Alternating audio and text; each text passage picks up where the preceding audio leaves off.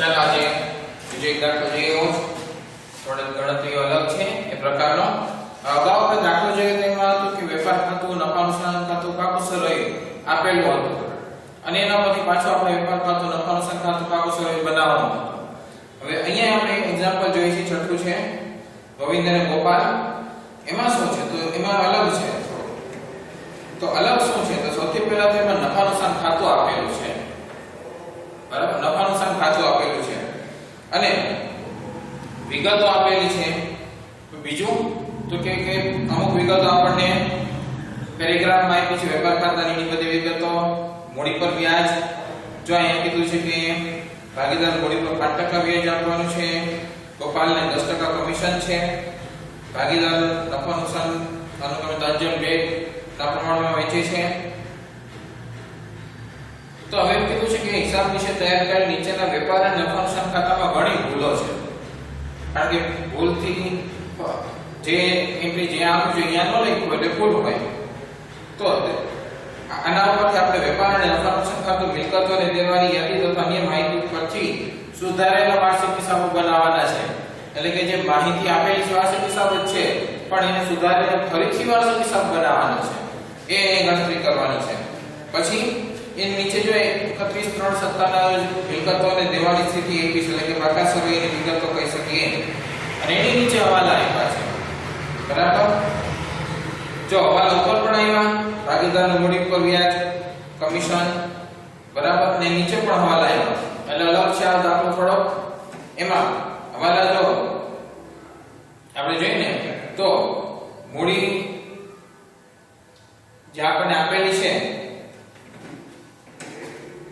બરાબર, દેવાની સાઈડમાં જે મૂડી આપેલી છે એના ઉપર એક નંબરનો હવાલો આપણે જો એક નંબર એ નથી હવાલો આપણે છે રીતે સ્ટાર્ટ કરી દઈએ કે 5% વ્યાજ આપવાનું છે મૂડી પર અને ગોપાલને તેનું કમિશન આપ્યા બાદ વધતા નફા 10% લેખે કમિશન છેલ્લે ગણતરી કરશો.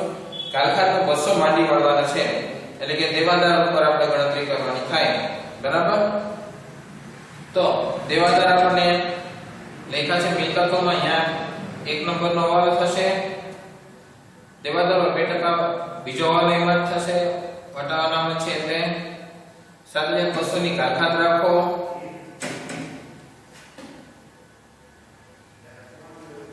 બરાબર,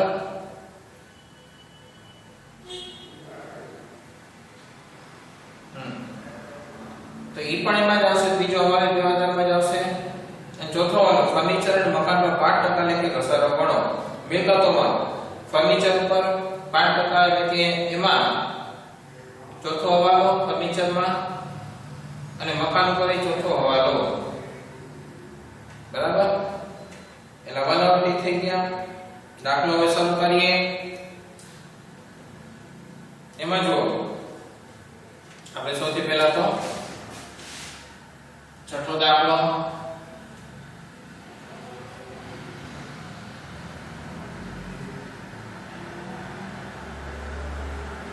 સુધારેલું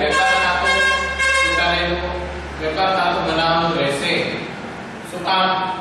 કારણ કે એક તો આપણને આપેલું હતું, એ જ વસ્તુ સુધારેલી બનાવી છે એટલે સુધારેલું વેપાર ખાતું.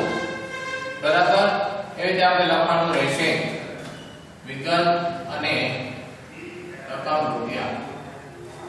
તો સુધારેલું વેપાર ખાતું અને સુધારેલું વેપાર ખાતું બની ગયું એટલે સુધાર વેપાર ખાતું બન્યું. હવે બીજું ખાતું આપણું બનશે નફા નુકસાન ખાતું. જો કે પણ સુધારેલું છે એટલે આપણે સુધારેલું લખી શકીએ કારણ કે અગાઉ આપેલું છે એમાં કંઈક ફેરફાર કરવાનો છે. રકમ રૂપિયા વિગત અને રકમ રૂપિયા જમા. પછી નફા નુકસાન ફાળવણી ખાતું પણ બનાવવાનું છે એટલે કે નફા નુકસાન ફાળવણી ખાતું, એની પણ વિગતો અને રકમ રૂપિયા વિગત રકમ રૂપિયા અને જમા. પછી ભાગીદારોના મૂડી ખાતા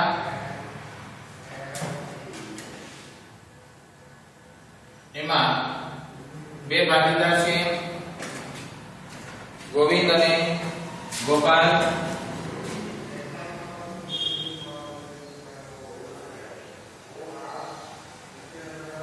ગોવિંદ અને ગોપાલ. વિગત ગોવિંદ અને ગોપાલ.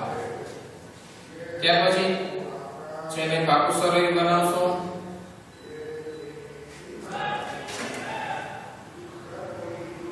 મૂડી દેવા બાજુ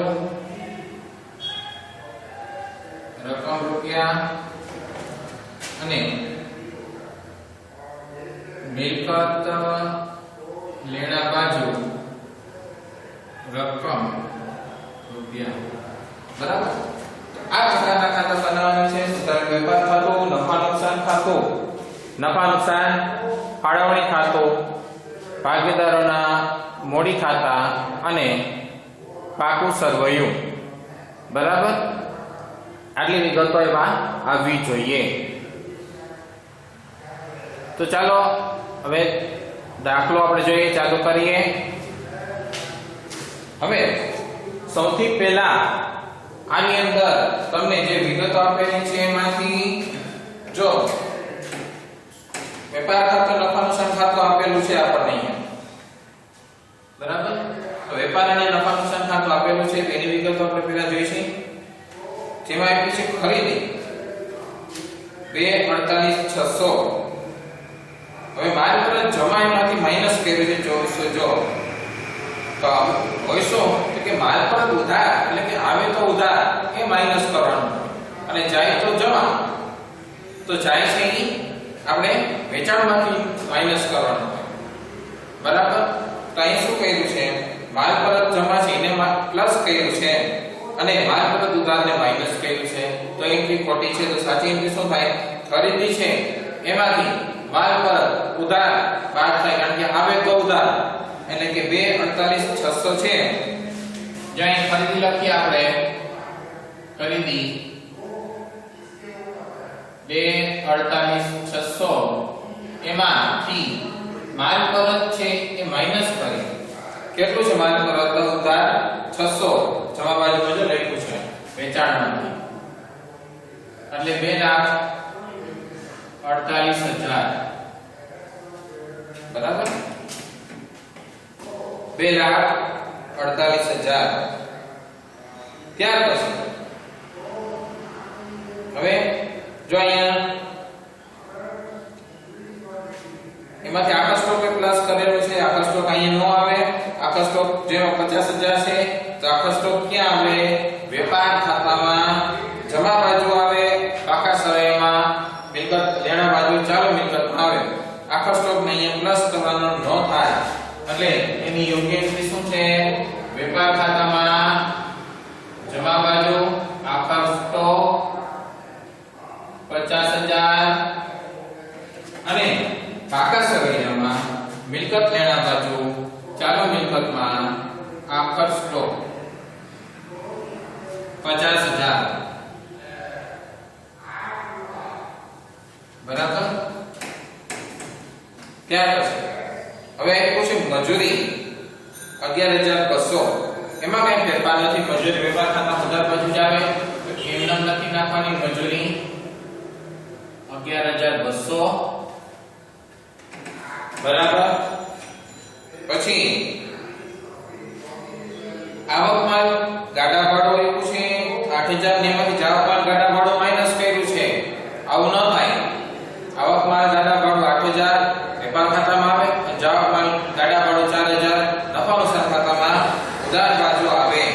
બરાબર. તો એ કઈ એની રીતે કરવાની. આવક માલ ગાડા ભાડું 8,000, આવક માલ ગાડા ભાડું 8,000 વેપાર ખાતામાં આવે અને જાવક માલમાંથી માઈનસ ન થાય પણ નફા નુકસાન ખાતામાં ઉધાર બાજુ આવે એટલે કે જાવક માલ ગાડા ભાડું 4,000. બરાબર. તો જાવકમાં ગાડા ભાડું 4000. ત્યાર પછી પગાર આપ્યો છે 18000. તો એ પગાર છે એ નફા નુકસાન ખાતા ઉધાર બાજુ જ આવે. પગાર 18 એ બરાબર એન્ટ્રી છે. પછી ભાડું આપેલું છે 12000. ભાડું 12000. ભાડું આપણે નફા નુકસાન ખાતા ઉધાર બાજુ જ આવશે. ટપાલ ખર્ચ આપ્યો છે. ટપાલ ખર્ચ છે 600 રૂપિયા. તે પણ નફા નુકસાન ઉધાર બાજુ. ટપાલ ખર્ચ 600. પરચુરણ ખર્ચ 1200 એ પણ અહીંયા જ આવશે.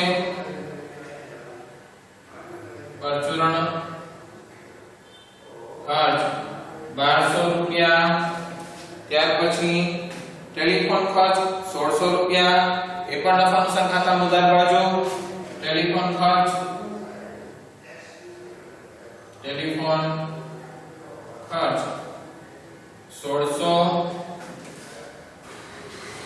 પછી ઉપાડ આપેલા છે કઈને જે એને નફા નુકસાન ખાતામાં લખ્યા છે અહીંયા નો લખવાના થાય. ઉપાડ છે એ ભાગીદારોના મૂડી ખાતામાં ઉધાર બાજુ લખવાના થાય. બરાબર. મૂડી ખાતામાં ઉધાર બાજુ. ગોવિંદનો ઉપાડ 6000 અને ગોપાલનો 4800. મૂડી ખાતામાં તમને તારીખ લખવાની રહેશે. બરાબર. ઉપાડ ગોવિંદમાં 6000, ગોપાલમાં 4800.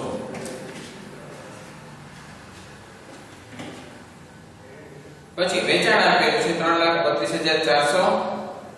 જેમાંથી આપણે માલ પર જમા હતું એ બાદ કરવાનું થાય. બરાબર. વેચાણ અહીંયા 3,32,400. એમાંથી માલ પર જમા હતું એ બાદ થાય. કારણ કે જમાથી માઈનસ થાય. માલ પર 2400 એટલે કે 3,30,000. બરાબર. ત્યાર પછી માલ પર ઉધાર આવી ગયું. મળેલ વ્યાજ 600 ને પ્લસ મળેલ વટાવ 800 એટલે 1400 લખ્યા છે. ખોટું છે. મળેલ વ્યાજ અને મળેલ વટાવ છે એ વેપાર ખાતામાં ન આવે પણ નફા નુકસાન ખાતામાં 1400 આવે. પણ બેની અલગ એન્ટ્રી આવે કારણ કે બે વસ્તુ અલગ છે. એટલે મળેલ વ્યાજ 600 અને મળેલ વટાવ 800 અલગથી લખવાના થશે નફા નુકસાન ખાતામાં જમા બાજુ. મળેલ વ્યાજ 600 અને મળેલ વટાવ 800. બરાબર. આ રીતે લખવાનું થાય. ભેગા એને લખવાના ન હોય. ચોકી ખોટ એની આપણે કઈ ગણતરી કરવાની ન હોય કારણ કે આપણે આ સુધારેલું બનાવ્યું છે તેમાં બીજી કઈ ગણતરી ન આવે. એ આપણી નવી ચોકી નફો તો ચોકી ખોટ આવશે. પછી આવે છે મિલકતો. નીચે જે મિલકતોની વિગતો છે. સ્ટોક છે 50000 નો. બરાબર. તો 50000 નો સ્ટોક છે. મિલકતોમાં સૌથી પહેલા જ છે સ્ટોક 50000 નો જે આપણે લખી નાખ્યો. બરાબર. કારણ કે હવાલામાં છે એટલે વેપાર ખાતામાં અને પાકા સમયમાં બે જગ્યાએ લખવાનો થાય 50000. ત્યાર પછી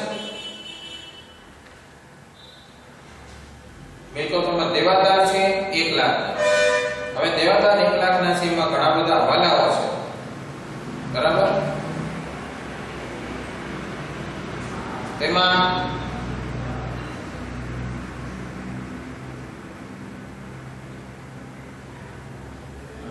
તો જો દેવાદાર આપણને આપેલા છે 1 લાખના એમાં પહેલો બીજો ત્રીજો 3 હવાલા છે. બરાબર. તો દેવાદાર લઈ લઈએ. દેવાદારની ગણતરી કરવી છે એટલા માટે આપણે આખો સ્ટોક શીટ મોનિટર માટે કાઢી નાખી છે. લખી નાખશું એવો છે તો. બરાબર. દેવાદાર 1 લાખના છે. પહેલો હવાલો છે 2800 ગાલભાત માંડવી વાળો. મજા દેવાદાર આપણે લખીએ દેવાદાર 1 લાખ. હવે મજા ત્રણ હવાલાઓ છે. પહેલો હવાલો શું કહે છે કે દેવાદારમાંથી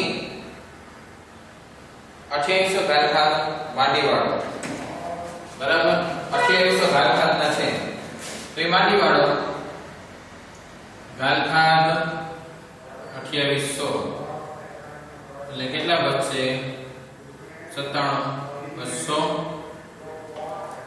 પછી બીજો હવાલો એમાં શું કીધું છે વટાવાના થી છેલ્લે લખશો.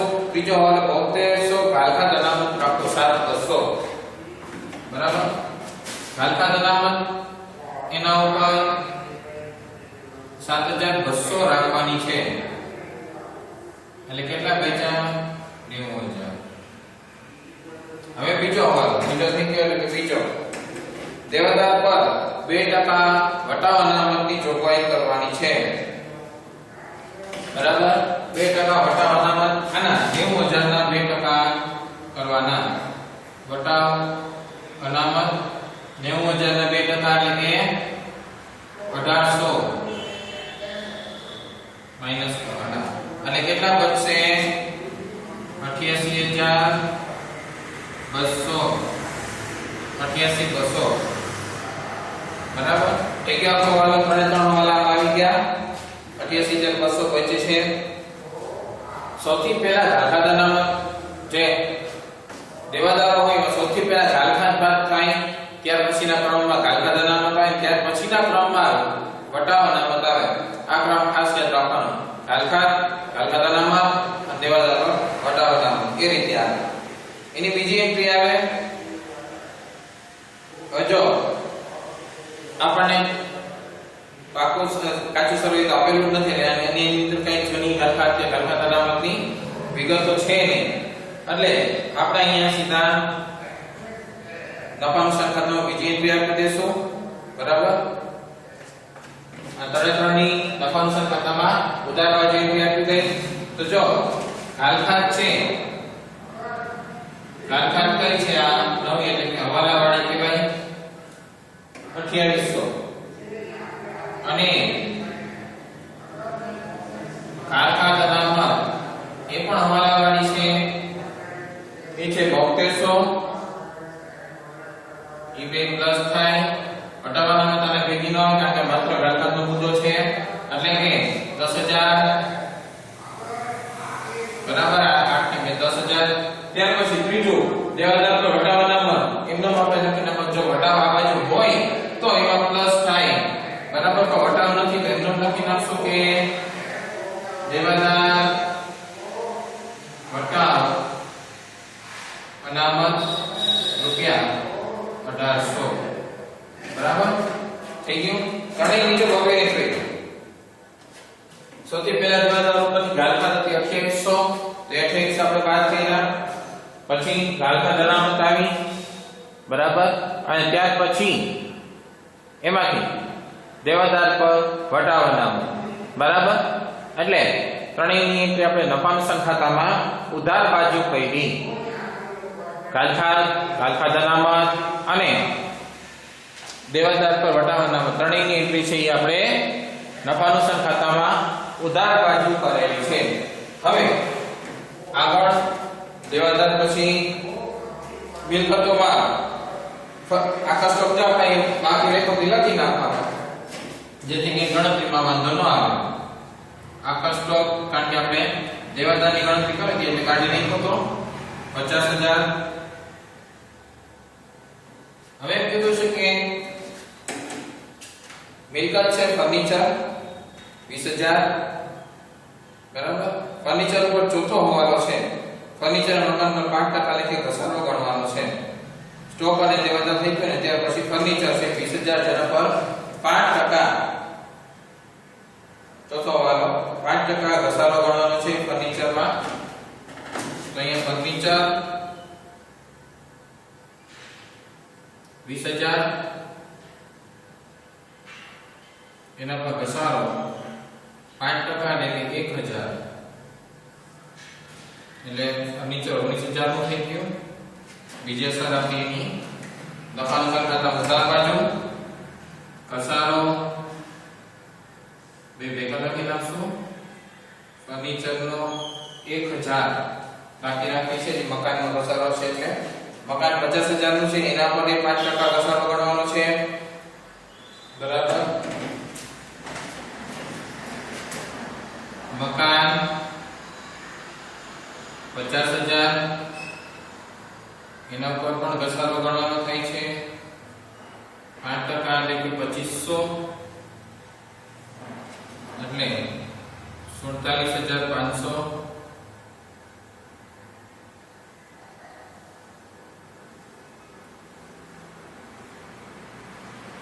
44500 ઘસારામાં આપણે મકાન અહીં ભેગું લખી નાખીએ. બીજી અસર તરીકે 2500 એટલે કે કુલ ઘસારો 3500. બરાબર. નફા નુકસાન ખાતામાં ઉધાર બાજુ કુલ ઘસારો 3500. ત્યાર પછી હાથ પર રોકડ 6000 ચાલુ મિલકત છે આપણી. હાથ પર રોકડ 6000 ચાલુ મિલકતમાં લખી નાખીએ અહીંયા. હાથ પર રોકડ 6000 અને બેંક સીલ છે ભેગી. બરાબર. બેંક સીલ 24000 એ પણ અહીંયા જ આવશે.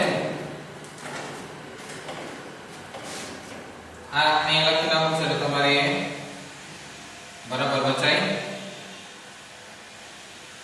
બેંક સીલ 24000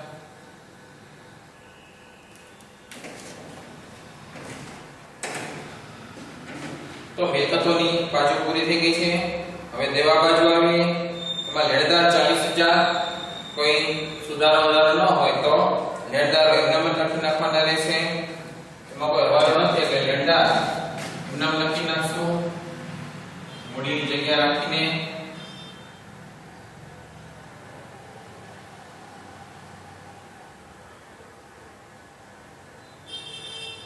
મૂડી ગોવિંદ અને ગોપાલ ની જગ્યા રાખીને લેણદારો લખી નાખી. લેણદારો કેટલા છે? 40000. ત્યાર પછી લેણદારો પછી દેવી ઊંડી 14000. તો દેવી ઊંડી 14000 લેણદારોની નીચે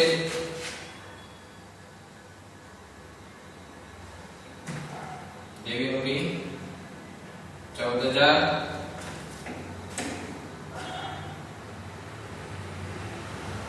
ત્યાર પછી મૂડી આપી છે ગોવિંદની મૂડી 1 લાખ, ગોપાલની 30000. તો મૂડી ખાતાની બાકી થઈ ગઈ. બાકી આગળ લાવ્યા ગોવિંદની 1 લાખ અને ગોપાલની 30000 મૂડી થઈ ગઈ. હવે જેમાં શરૂઆતમાં એક હવાલો છે મૂડી પર વ્યાજ.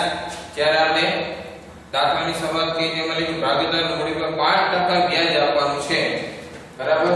તો મૂડી પર વ્યાજ આપી દઈએ.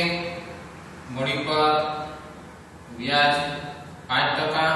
1 લાખના 5% એટલે કે 5000 અને 30000 ના 5% એટલે કે 1500. મૂડી પર વ્યાજ ની બીજી અસર નફા નુકસાન ફાળવણી ખાતામાં ઉધાર બાજુ મૂડી પર વ્યાજ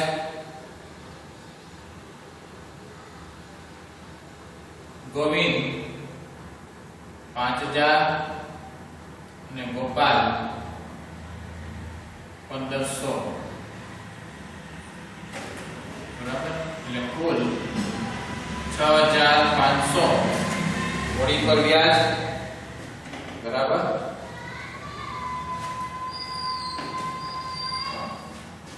ત્યાર પછી બીજી કઈ વિગતો બાકી રહેતી ન હોય તો આપણે એને સરવાળો કરી શકીએ છીએ. એટલે જેથી કરીને આપણે હજી એક હવાલો જે છે કે ગોપાલને શરૂઆતમાં છે ગોપાલને કમિશન આપ્યા બાદ વધતા નફાના 10% લેખે કમિશન આપવાનું છે. તો ગોપાલનું કમિશન છે એ આપણે શોધવાનું રહેશે. તો ગોપાલનું કમિશન આપણે શોધશું. તો ત્યાં સુધીમાં સૌથી પહેલા આપણે કરવાનું શું છે તો કે જે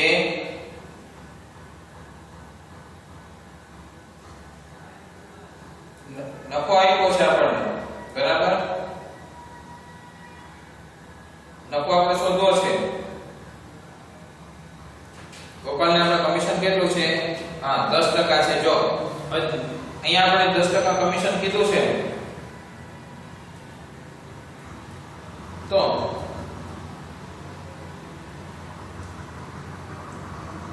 અહીંયા આપણને મળશે કઈ તો કમિશન છે ને એની ગણતરી વેચી પાત્ર નફો આવે છેલ્લે ત્યારે, એટલે કે અહીંયા મળે નફા નુકસાન ફાળવણી ખાતામાં વેચી પાત્ર નફામાં.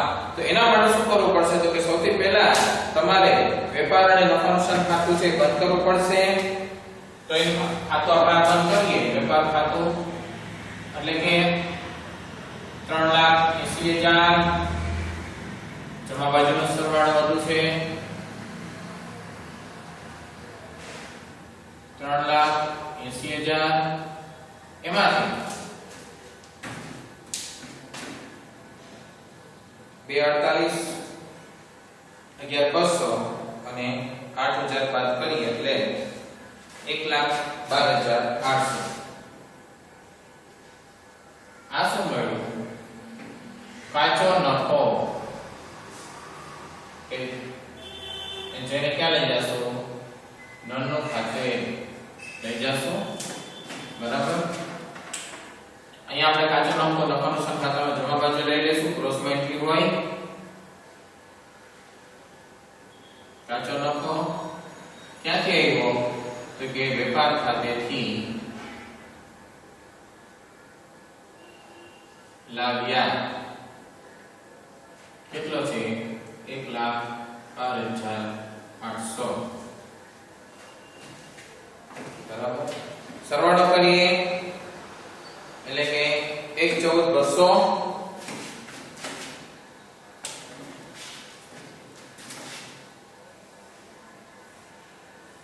1,14,200.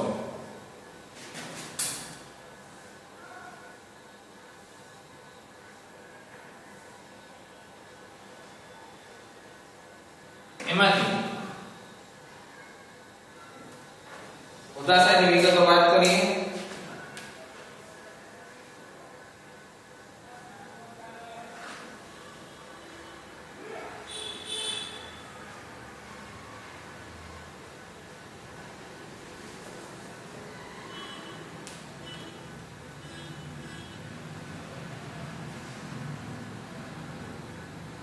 અને 61,500 મળે છે. અહીંયા આપણને જેને કહેશું 61,500 ને શું કહેશું? ચોખ્ખો નફો. અને જે ક્યાં લઈ જશું? નફા નુકસાન ફાળવણી ખાતે, બરાબર. હવે જો અહીંયા 61,500 મળ્યા તો 61,500 છે શું છે? ચોખ્ખો નફો, કે જે નફા નુકસાન ફાળવણી ખાતે આપણે લઈ જવાના થશે, બરાબર. હવે તમે જોશો તો જે આની પહેલા બનાવેલો હતો હિસાબની છે એમાં જો ચોખ્ખી ખોટ આવતી હતી 27,200 ની ચોખ્ખી ખોટ આવતી હતી, એની બદલે હકીકતે સુધાર્યા પછી શું આવ્યું? 61,500 નો ચોખ્ખો નફો થાય છે.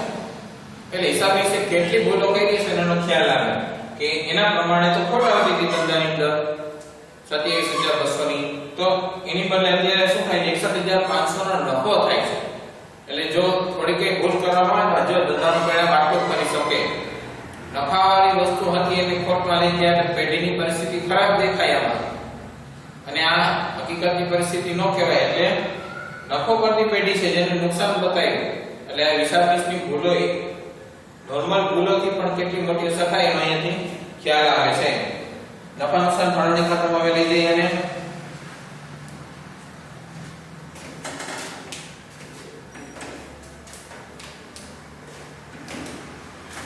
ચોખ્ખો નફો,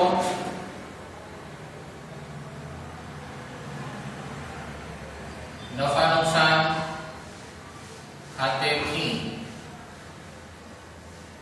લાગ્યા 61,500 સરવાળો કરીએ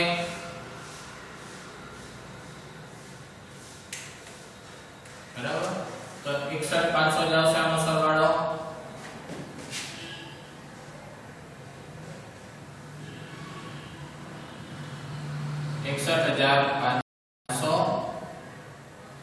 જેમાંથી 6,500 બાદ કરીએ એટલે કે નફો આપણો આવશે કેટલો હજી અહીંયા એક હવાલો બાકી છે જો હવે શું કીધું છે કે ગોપાલને કમિશન આપ્યા બાદ વધતા નફાના 10% લેખે કમિશન આપવાનું છે ગોપાલને કમિશન આપ્યા બાદ વધતા નફાના તો ગોપાલને કેટલું કમિશન આપવાનું છે જુઓ હવે અહીંયા આપણે ગણતરી કરી કમિશનની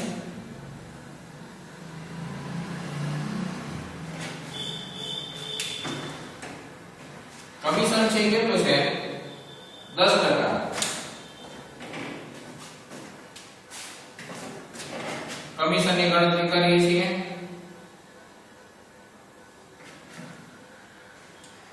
તો કમિશન કેટલું આપવાનું છે આપણે 10% હવે ધારો કે અહીંયા આપણે ખબર તો નથી હવે જે અહીં નફો હકીકતમાં આવે છે કેટલો તો જે 61,500 માં 6,500 બાદ કરો ને એટલે નફો આપણને કાચો નફો આપણને 55,000 મળે છે બરાબર 55,000 મળે છે અહીં નફો આપણી પાસે જો 55,000 છે અત્યારે કારણ કે 61,500 છે એમાં 6,500 બાદ કર્યા એટલે 55,000 પણ આ નફો કેવો છે તો કે કાચો શું કામ તો કે આપણે નફામાં પ્લસ કમિશન છે બરાબર તમારી કમિશન બાદ કરવાનું છે નફો પ્લસ કમિશન છે તો આના પર કમિશન નથી આનામાંથી કમિશન બાદ કરવાનું છે બરાબર તો આપણે કહીએ કે ધારો કે નફો 100 હોય તો કમિશન કેટલું થાય 10% લેખે કારણ કે કમિશન 10% છે 10 રૂપિયા થાય એટલે કુલ 110 થાય એટલે કે નફો પ્લસ કમિશન કેટલું થયું 110 બરાબર નફો પ્લસ કમિશન 110 થાય છે હવે આ ત્રિરાશિ ઉપર આપણે જો 110 એ 55,000 નફો છે કારણ કે આ નફો પ્લસ કમિશન અને આ પણ નફો પ્લસ કમિશન નફો પ્લસ કમિશન છે બે વસ્તુ એક જ છે આ નફો પ્લસ કમિશન આ નફો પ્લસ કમિશન તો આપણે ત્રિરાશિ મૂકીએ કઈ રીતે મૂકી શકીએ તો આપણે શોધવાનું શું છે આ બે વસ્તુમાંથી તો કે આપણે શોધવાનું છે કમિશન બરાબર આપણે શું શોધવાનું છે કમિશન શોધવાનું છે કે અહીંયા કેટલું થાય 83 શું મૂકવાની કે 110 એ 55,000 હોય તો 10 એ કેટલા 10% એ કેટલા કમિશન જો નફો 110 હોય તો 55,000 છે તો કમિશન 10% એ કેટલા એ ગણતરી આપણે કરવાની છે જો એ 83 આપણે મૂકીએ આ કાઢી નાખું છું તમે લખી નાખજો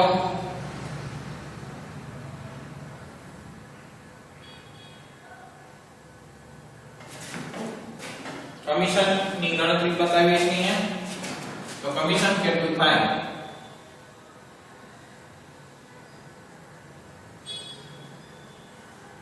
હવે જો નફો આપણે કીધું તો 110 એ 55,000 હતો 110 એ 55,000 તો કમિશન 10% એ આપણો નફો કેટલો હોય બરાબર તો ગણતરી શું થશે 55,000 ગુણ્યા 10 છેદમાં 110 એટલે કે કમિશન કેટલું મળ્યું 5,000 અને કમિશન કેટલું મળે છે 5,000 આ કમિશન મળ્યું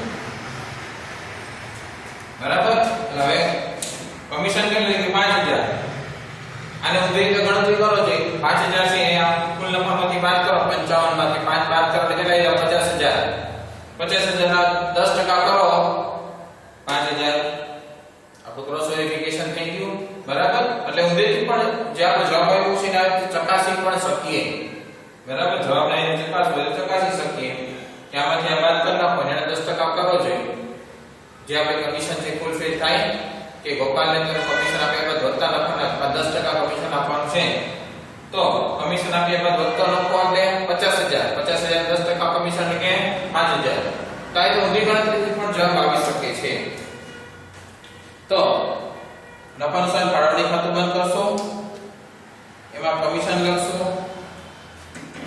5000 તમે અહીં લખજો નીચે બરાબર હું અહીં ઉપર લખી નાખું છું કમિશન ગોપાલ એનું 5000 ગોપાલનું કમિશન હતું ને હવે એમાં શું કરવાનું છે કમિશન હતું એમાંથી આ બાદ કરી નાખો એટલે કે 50000 શું મળ્યું વહેંચણી પાત્ર નફો કે જે ગોવિંદ અને ગોપાલને આપણે વેચવાનો છે ક્યાં પ્રમાણમાં 50000 ને તો 3/2 ના પ્રમાણમાં શરૂઆતમાં જ કીધું છે જો અનુક્રમે 3/2 ના પ્રમાણમાં નફા નુકસાન વહેંચતા ભાગીદારો છે તો નફા નુકસાન છે 3/2 ના પ્રમાણમાં 50000 ને તમારે 3/2 ના પ્રમાણમાં વહેંચણી કરવાની છે 50000 3/2 માં વહેંચીએ તો કેટલા આવે 20000 અને 20000 બરાબર તો 20000 અને 20000 એનું નફો આવે છે વેચણી પાત્ર નફો જે એના મૂડી ખાતે આપી દઈએ એટલે કે વેચણી પાત્ર નફો ભાગીદારોના મૂડી ખાતામાં જમા બાજુ 30000 અને 20000 સરવાળો કરીએ બીજી કઈ વિગતો ન હોય હવે સરવાળો કરી શકીએ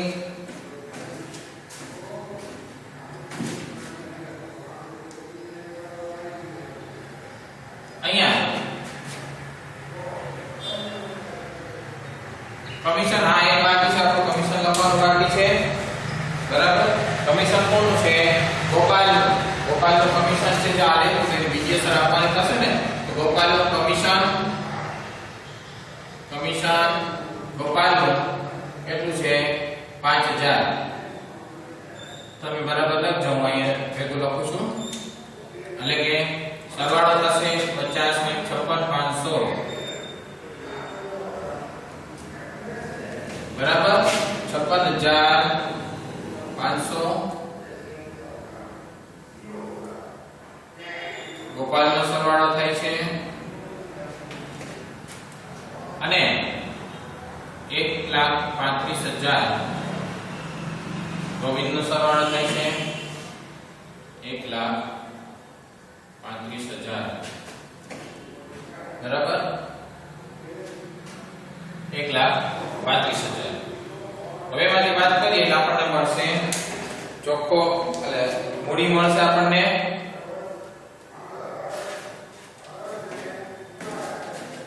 એટલે કે આમાં મળશે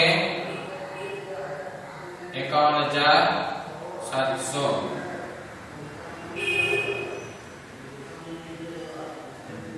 અને 1,35 માંથી 6,000 એટલે કે 1,29,000 જેને કહેશું બાકી આગળ લઈ ગયા બરાબર 1,29,000 અને 51,700 એટલે એ થઈ ગઈ આપણી મૂડી ખાતાની બાકી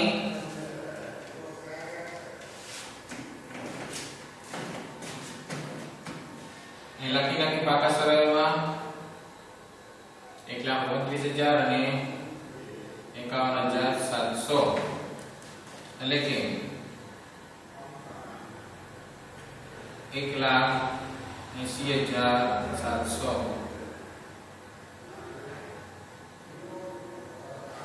બરાબર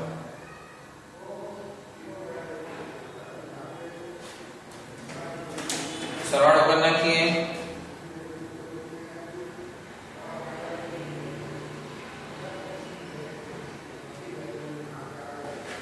81,700 40,000 અને 14,000 આ કાઢી નાખજો પછી એટલે 2,34,700 મૂડી દર બાજુ મિલકત લેણા બાજુ 19,47,500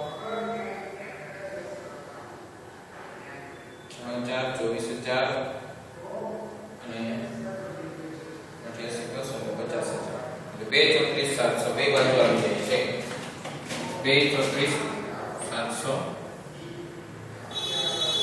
2,34,700 બંને બાજુ સરવાળો આવી જાય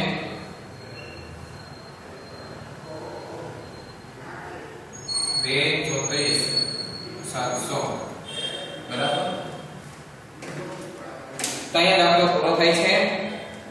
ઘણો બધો અલગ દાખલો હતો, સરસ દાખલો હતો, પરીક્ષાની દ્રષ્ટિએ સારો દાખલો છે કારણ કે અહીંયા વિગતો જે આપણને અલગ કરીને આપેલી છે. આપણે બધી જગ્યાએથી વિગતો ભેગી કરી અને આપણો વાર્ષિક હિસાબ બનાવવાનો છે. તો અહીંયા એ વસ્તુ થાય છે કે તમારે અહીંયા આ બધી વસ્તુ અલગ ભેગી કરીને એક જગ્યાએ લખવાની છે.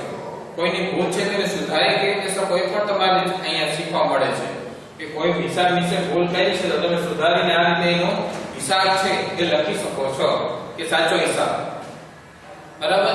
તો આ રીતે તમે સુધારો વધારો પણ આની અંદર કરી શકો છો કે જે કોઈની ભૂલ હોય તો. કમિશનનો મુદ્દો એ પણ બરાબર જોઈ લેજો.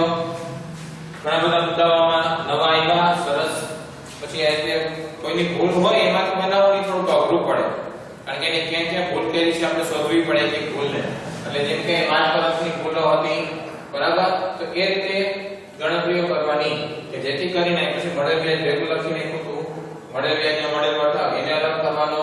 કાઈ બધી વિગતો છે એ તમારે અલગ કરીને લખવી પડે બરાબર. આ રીતે સુધારેલા વાર્ષિક હિસાબ આપણે બનાવી શકીએ છીએ બરાબર. તો આ દાખલા છે એ બરાબર પહેલા રફબુકમાં અને પછી પેપરમાં બાજુ જેથી કરીને એકદમ ક્લિયર થઈ જાય. આના પછીના જે દાખલાઓ અને મુદ્દાઓ છે હવે નેક્સ્ટ લેક્ચરની અંદર